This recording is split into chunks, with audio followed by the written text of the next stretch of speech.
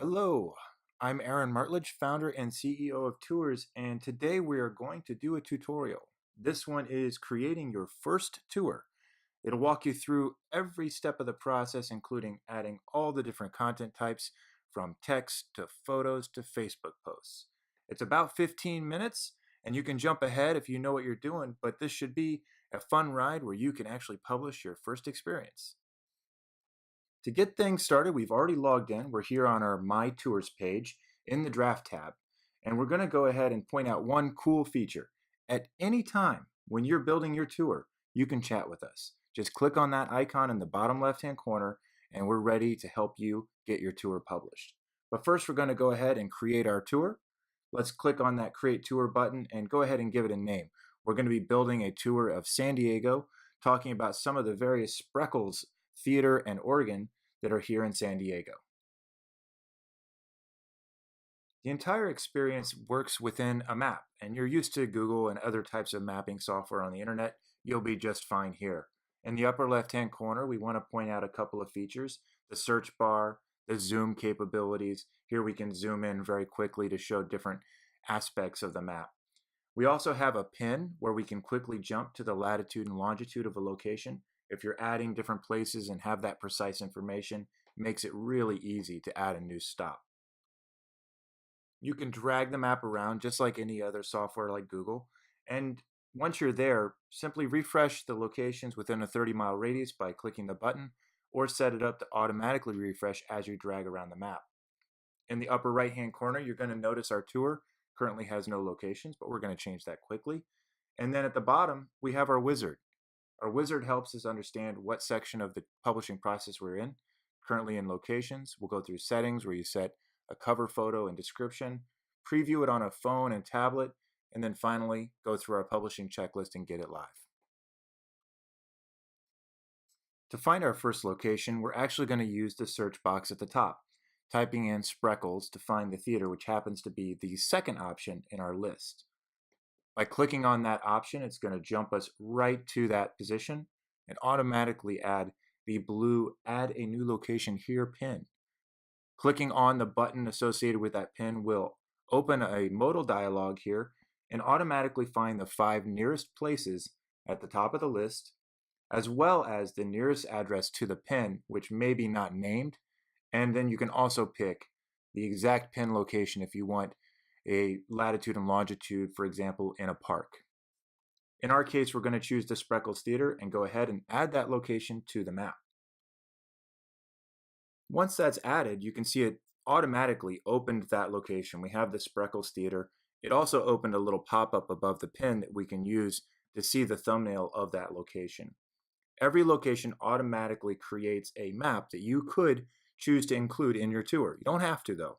But in our case, we want to use it, so we're going to go ahead and check this checkbox to feature that content. By doing so, it automatically also added this location to our tour with one click. This gives us the ability to quickly and easily add locations without having to do too much work. From there, we can start adding content. We can add various types of information: photos, audio, text, YouTube video links, Instagram posts, and Facebook posts. And all this gets embedded directly inside your tour. From there, we're going to open the location info. This is where you can change the name of a location or add other details. This is all shared information. Whatever you make available here, other people can include on their tour as well when they include Spreckles Theater. We're going to go ahead and add a URL for a public website about the Spreckles Theater so that anyone who wants more information can find that. Once we've made that change, we're now ready to go ahead and start adding our content. One quick thing to point out is that if there's ever a location that you created by accident or think shouldn't be on the map, you can quickly report it to us and let us know. Every tour has 2 views of each location: a list view with a condensed view of each block, as well as a tile view. For now, we're going to keep it in the tile view as we add our first content. Let's go ahead and add a Facebook block. We're going to choose Facebook after clicking the Add Content button menu. And all it takes is pasting in the advanced embed URL of the post we want. It could be a video, a photo, you name it. Any type of post will get embedded.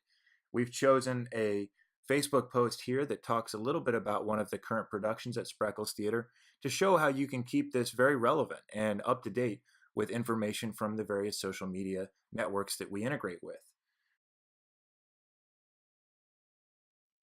One of the key things to point out with this particular block and with all blocks that you add, you'll notice that they have this blue header, say include private content, and they have a little lock icon.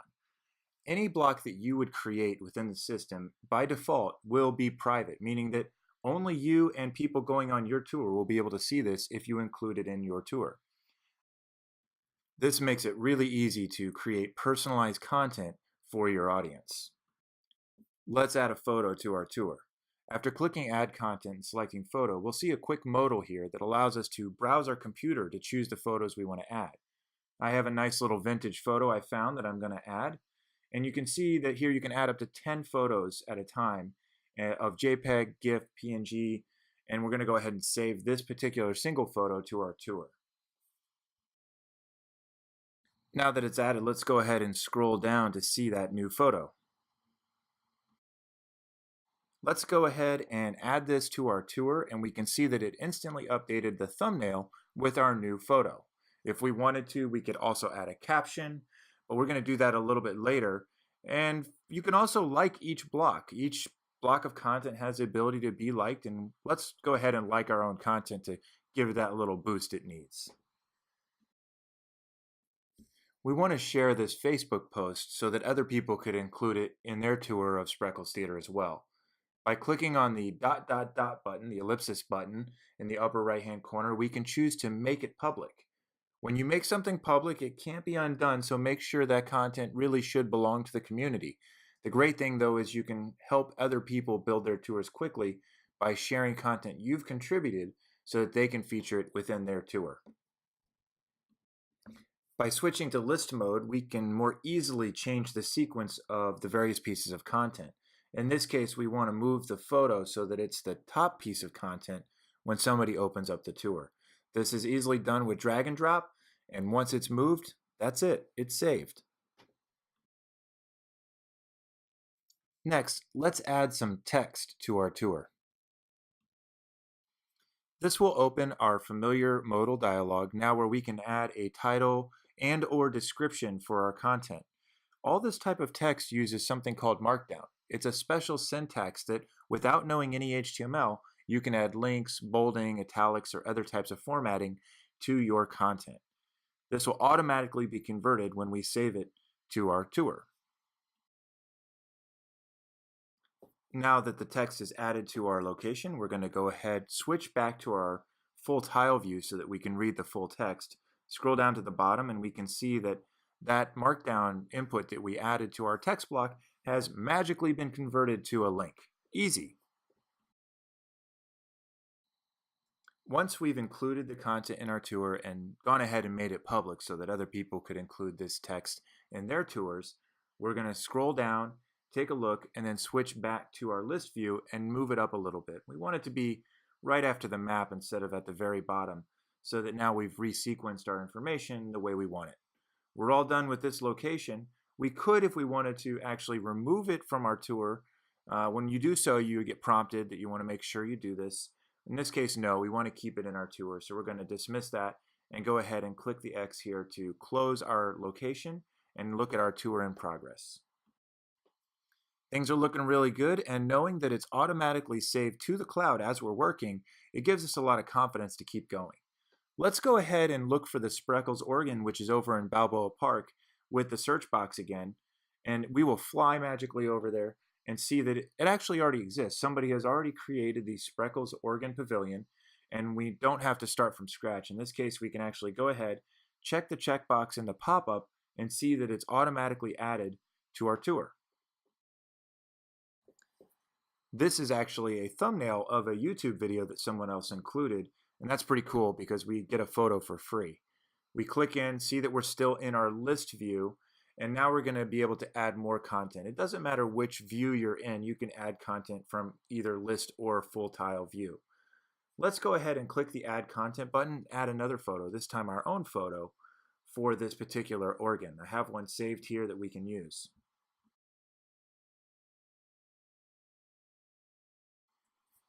Now that we have our photos saved, we're going to go ahead and add a caption. This photo is actually from a spreckelsoregon.org website, and we want to make sure we give attribution. So let's go ahead, open that caption.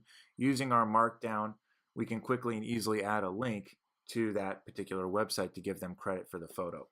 Notice also that it's private. By default, it's still private, so we want to make it public so that this is available for others to use on their tour. The next piece of content that we're going to want to add is an Instagram post. Just like Facebook, we click on Instagram from the Add Content menu, paste in the URL of the Instagram post that we want to add, click Save, and ta-da, there it is. It's added to the top of our list right there. Switching back to the tile view, we can see the photo in all its glory along with the caption from Instagram directly on the site. We can also see the YouTube video that's embedded. If we were to click play here, I'm not going to do it, but if we were to click play, it would actually start playing back the video directly within the tour.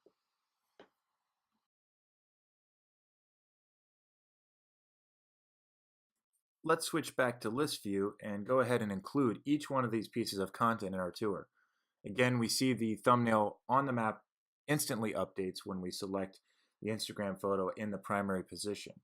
We're done with that location, jump out of it, and here we are with our tour. We can see we have the Spreckels Theater at the top, followed by the pavilion where the organ is.